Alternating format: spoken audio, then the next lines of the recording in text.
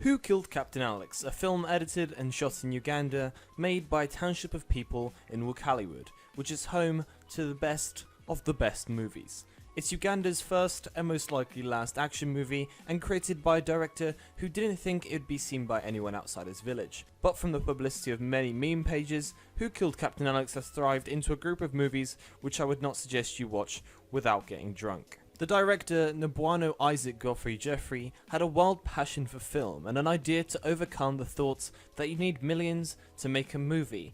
He sold all he had to buy a camera at the time, and Who Killed Captain Alex was born. This is really what makes his film so humble. It's set in one of the most poorest countries in the world, where there are many hurdles to cross and barriers to break just to make a movie. The actors weren't paid or pampered like the Eastern world we live in. They were all volunteers that just wanted to create something and get their mind off their own financial situations. Nabwana was the only cameraman on the set, which made it more difficult to shoot different frames. And not to forget, his editing PC was basically a potato. The Wakaliwood Studios also had a very impressive budget of £200, which they spent on props, a massive metal box, and a video joker. Before we even jump into the beef of this review, I need to explain you something. This copy I've found is the only existing copy of the movie. The director had such small space on his PC that he had to delete the film of Who Killed Captain Alex to create another masterpiece.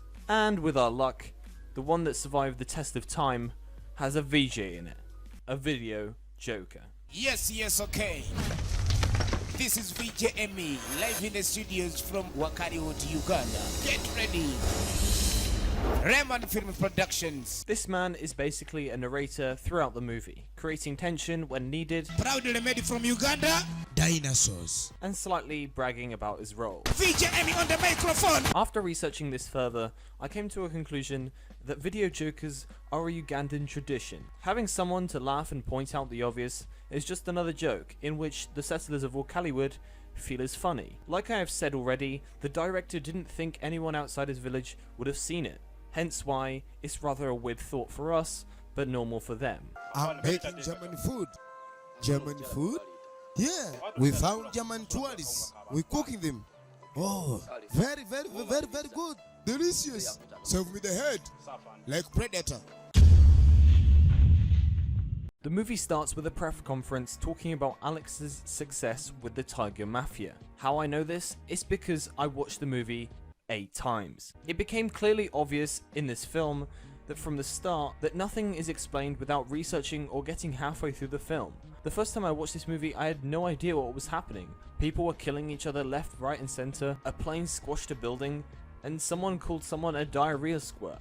It was madness. And at the end, it was the video joker who explained 90% of what was happening, and it really grew my respect for the guy near the end of the film. After watching the film for the first time, I demanded so many answers I couldn't remember all of them. That's when I discovered their website, which to a certain extent explained the backstory. The Tiger Mafia run Kampala with an iron fist. Finally, on the run, Captain Alex and his team of Ugandan commandos hunt the Mafia through the bush, on a deadly mission to destroy them for once and for all. But when Alex is murdered, tension flares and chaos erupts, and Kampala is left in ruin. This explained so much. I sat there for 5 minutes rethinking what I just saw, and it started to make sense. The film starts with Captain Alex giving a speech about the recent success against the Mafia, which then is cut to the township having a party, mostly because of the win. A fight erupts, no one knows why, with some pretty physical choreography. Then Captain Alex comes in to break up the fight, which in Ugandan terms means getting involved, and beating the shit out of everyone. Who you? He explains that the fight is still on, and they need to act now. The scene changes to the commandos make an assault at the Tiger Mafia, which the VJ explains. This is how we do action in Uganda. The Tiger Mafia special commando is caught, however escapes with a very weirdly well choreographed attack move. Tiger Mafia. Super kicker. What's happening? Around.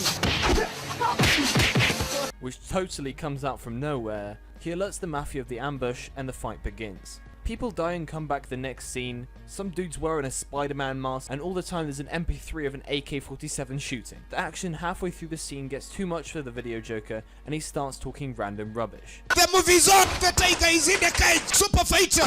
Expect the unexpected. Mamma Mia! After he comes his shit, he starts to build up a random 1v1 which the camera never finds out who won. The panther meets the tiger. What's next?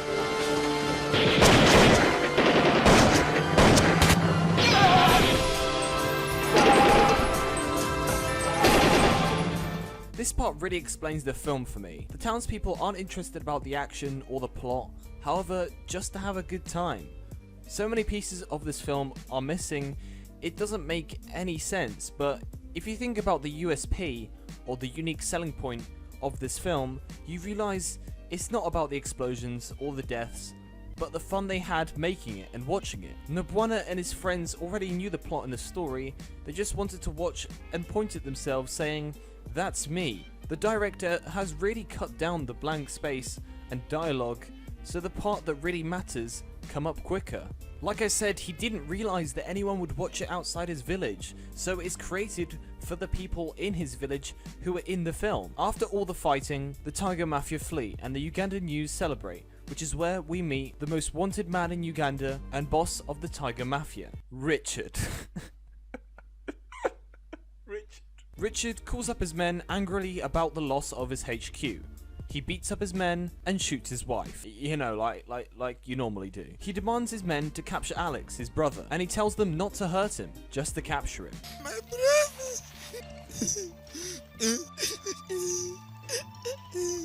I want that son of a bitch.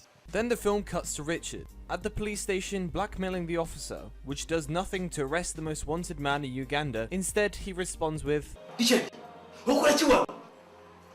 explains he can't work for him as Alex would kick his ass, and Richard explodes, calling him a juicy grasshopper and a diarrhea squirt, which somehow changes his mind. Richard walks out with a couple fully automatic rifles, and nobody again hesitates to stop him. Just great. Alex dies in his tent, and the next scene skips to, wait, hold on. Alex can't die like that, right? Well, sadly he can. No action scene, no build-up farewell to the Kung Fu master or anything, no drama, he just dies. That's it. This is another moment that the editor has just repeated, where he just edits out scenes. And it really has pissed me off here, as the film isn't called Who Destroyed the Tiger Mafia, but Who Killed Captain Alex? Who killed Captain Alex? Richard is, surprise surprise, angry again by the death of Alex, which doesn't last a second as he's forgotten for and never brought up till the end of the film. Then we are introduced to a new hero, Uganda's Bruce Lee. Ugandan Bruce Lee. We call him Bruce Lee. Which makes no sense at all, but what does in this film? He meets the Tiger Mafia owner's wife. Oh, wow. That looks good.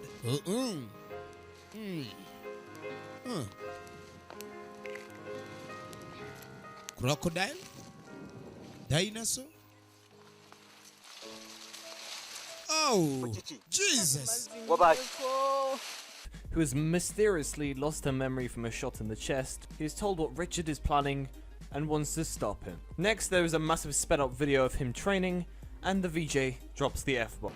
What the fuck? Then it cuts to the officer ringing Richard about the Ugandan commando's plot, exposing how they need to steal a plane. Then a Tiger Mafia commando steals a helicopter from a highly fortified military camp.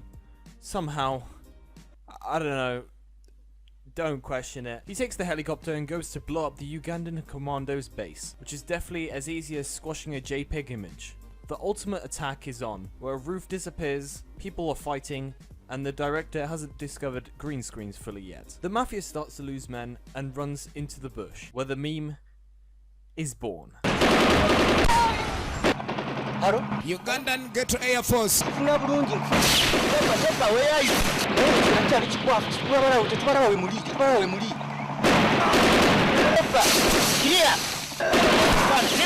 Man, the man is killing us, man. Over. Bless the bomb, over. Drop the bomb, man. Richard is captured and the film just finishes. Just like that. With the dilemma, who killed Captain Alex? Not gonna lie, it was probably himself. This review has really opened my eyes about who killed Captain Alex. As much as it is a dump, it's Wakaliwood's dump. They made this with the insight that no one would watch it outside of their village. Their green screen is horrible, and so is their acting. However, I cannot lie that it did make me laugh, and it was funny to watch. The passion of this director in this project was huge, and I admire his determination with such a micro budget of £200. Nobody in this township cares if it's a bad film. It's not about being interesting to others, but if it's interesting to themselves. To have a laugh and enjoy themselves for once. I have been Generic, and I'll see you guys next time.